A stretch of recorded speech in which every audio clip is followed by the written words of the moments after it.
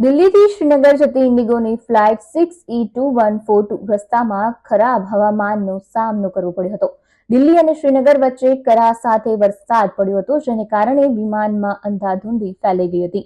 વિમાનમાં વીજળી પડી હોવાનું કારણ સામે આવ્યું છે.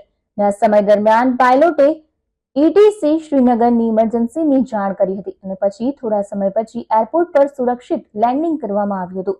ફ્લાઇટમાં કુલ 227 મુસાફરો હાજર હતા. ખરાબ હવામાન હોવા છતાં પાયલટ અને ક્રૂની હાજરીની જવાબદારીને કારણે વિમાન શ્રીનગર એરપોર્ટ પર 6:30 વાગે સુરક્ષિત રીતે ઉતરાણ કર્યું હતું અને બધા મુસાફરો અને એરકર્મી સંપૂર્ણપણે સુરક્ષિત છે.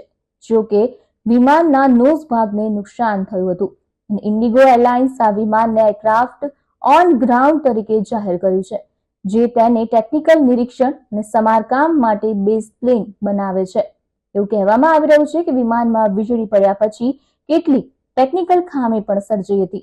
ફ્લાઇટ ટ્રેકિંગ ડેટા દર્શાવે છે કે વિમાન હવામાં ગોળાકાર ગતિમાં ગયું હતું અને ઇન્ડિગો એરલાઇન્સે અગાઉ ગોવા માટે ટ્રાવેલ એડવાઇઝરી જારી કરી હતી, જેમાં ચેતવણી આપવામાં આવી હતી કે રાજ્યમાં ચાલી રહેલા વરસાદને કારણે ફ્લાઇટ કામગીરી પ્રભાવિત થઈ શકે છે, જેને કારણે ફ્લાઇટમાં વિલંબ પણ થઈ શકે છે અથવા તેની અસર થઈ શકે છે. મુસાફરોને એરપોર્ટ જતા પહેલા તેમની ફ્લાઇટની સ્થિતિ તપાસવાની સલાહ આપી છે.